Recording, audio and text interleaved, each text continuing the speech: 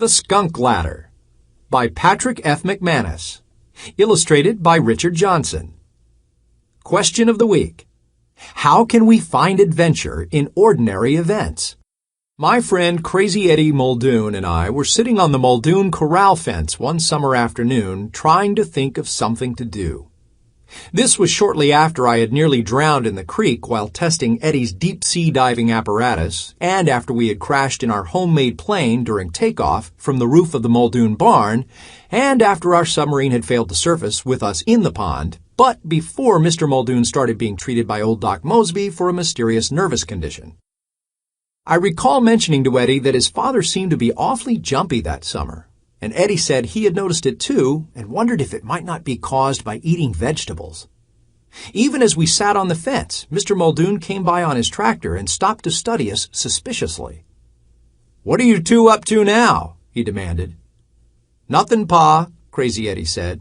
"Just trying to think of something to do." Mr. Muldoon shuddered. "Well, when you think of it, you let me know before you start to do it, you hear?" "Sure, Pa," Eddie said. "I guess what we'll do is go dig in the dirt. We've been talking about doing that." "Okay," said Mr. Muldoon, shifting his tractor into gear. "Just don't build nothing." Then he drove off. "What kind of hole are we going to dig?" I asked Eddie. He stared off into space, his face enveloped in that dreamy expression that always accompanied one of his wondrous new ideas. "A big hole," he said. "A real big hole." Digging the hole occupied us for most of a week. One of the problems with digging a big hole is that it is difficult to know when it is big enough and deep enough.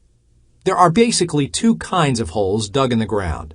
One, applied holes, such as for posts, wells, mines, etc., and two, holes for hole's sake. Eddie and I were digging one of the latter. Eventually, the hole was so deep we could barely heave shovelfuls of dirt up over its sides. At that point, Eddie judged it to be finished. Since Eddie had insisted that we keep the sides of the hole squared up, we had to pull ourselves out of it on a rope, one end of which was tied to a pile of stumps nearby. The stump pile also served to screen our digging activities from the view of Mr. Muldoon, who was cutting hay in a field on the far side of the farm. As Eddie often pointed out, any kind of engineering feat should be screened from the eyes of the engineer's parents. That way you could concentrate on your work and didn't have to be answering a lot of dumb questions all the time. We were immensely proud of the hole, and I still don't believe I've ever seen a nicer one. It was so nice, in fact, that Eddie abandoned his view of it as purely an aesthetically pleasing hole and began trying to think of it as practical. "You know what we could do with this hole?" he said. "We could make a wild animal trap out of it, like Frank Buck does in Africa. We could cover it up with branches and leaves and grass, and wild animals would come along and fall into it. Then we could tame them and teach them to do tricks." Eddie fairly glowed with enthusiasm as his idea began to take shape. "And then we could start our own circus," he went on. "We could charge people to see our animals do tricks. We might even get rich. Gosh, I bet we could catch a deer or an elk or a bear or a mountain lion or—" "One of your father's cows," I put in. Eddie's glow of enthusiasm faded. "Yeah," he said, "I never thought of that." Both of us stood there silently for a moment, thinking of Mr. Muldoon staring down into the hole at one of his milk cows. It was unpleasant to think about. "Tomorrow, we'd better fill the hole back in," Eddie said. "How about tonight? Maybe a cow will fall in tonight." Eddie pondered this possibility for a moment. "I got it," he said. "There's a big old door out behind the barn. We'll drag that down here and put it over the hole." And that is what we did, before knocking off work for the day, secure in the knowledge that the door would save us from the uncomfortable experience of watching his father undergo one of his fits of hysteria. Early the next morning, Eddie and I headed for the big hole, prepared to start the tedious task of undigging it. As we approached the excavation, a familiar odor reached our nostrils. "Must be a skunk around here someplace," Eddie said. "Maybe it's in the hole," I said. "Couldn't be. We covered it with the door." Nevertheless, the skunk was in the hole. He had apparently found an open space under the door, slipped in for a look around, and plummeted the 8 feet or more to the bottom of the hole. Oddly, he did not seem to be frightened of us. Even stranger, for we did not know that skunks were great diggers, he had hollowed out a huge cavern under one side in an attempt to dig his way out of the hole. "We can't fill in the hole with a skunk in there," I said. "How are we going to get him out?" "Maybe one of us could drop down in the hole, grab him real quick before he sprays, and then throw him out," Eddie said. "I'll yell real loud so he'll look at me and won't notice when you jump in and grab him, and—" "I don't like that idea," I said. "Think of something else." "I got it!" Eddie exclaimed, snapping his fingers. "We'll go up to my dad's shop and build a ladder. Then we'll stick it down the hole and hide someplace while he climbs the ladder. A skunk should be able to figure out how to climb a ladder." Eddie and I were working on the ladder when his father walked into the shop. "I thought I told you not to build anything," he growled. "What's that?" "Just a skunk ladder," Crazy Eddie said. "Oh," his father said. "Well, don't build nothing else unless you tell me first." Eddie and I went back out to the hole and stuck the ladder in it.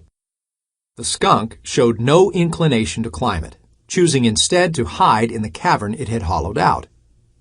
Just then we heard Eddie's father yelling at us. "What did you mean, skunk ladder?"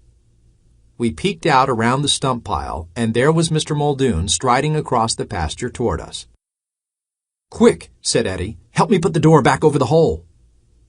We threw the door over the hole, neatly hiding it from view. Before we could think of a good explanation for a big pile of dirt out in a corner of the pasture, Mr. Muldoon charged up. "Now what?" he cried. "Where did that dirt come from? What's my door doing out here?" He reached down and grabbed the edge of the door. "Stop, Pa, don't!" Eddie yelled, rushing forward. From that point on, the actions of the parties involved all blurred together.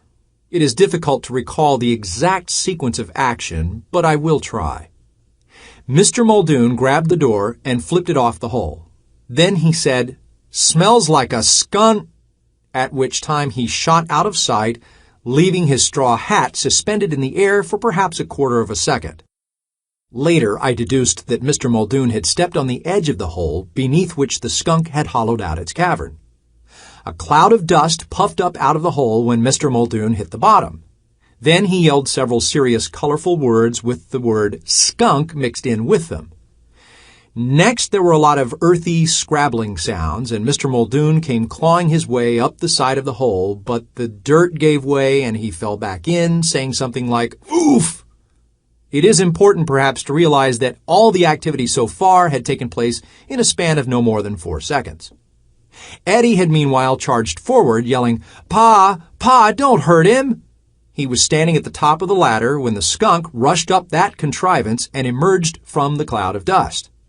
Startled and not wanting the skunk to reverse ends and spray him, Eddie grabbed the little animal by the head.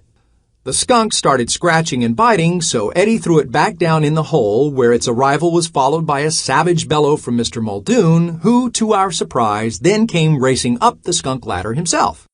This was the signal for Eddie and me to start running, which we did, and we continued running until the thunderous sounds of Mr. Muldoon's clodhopper boots faded behind us, and still we ran on, finally outdistancing even the nostril-searing smell of Eddie's father. Eddie eventually made his way home and placed himself under the protective custody of his mother.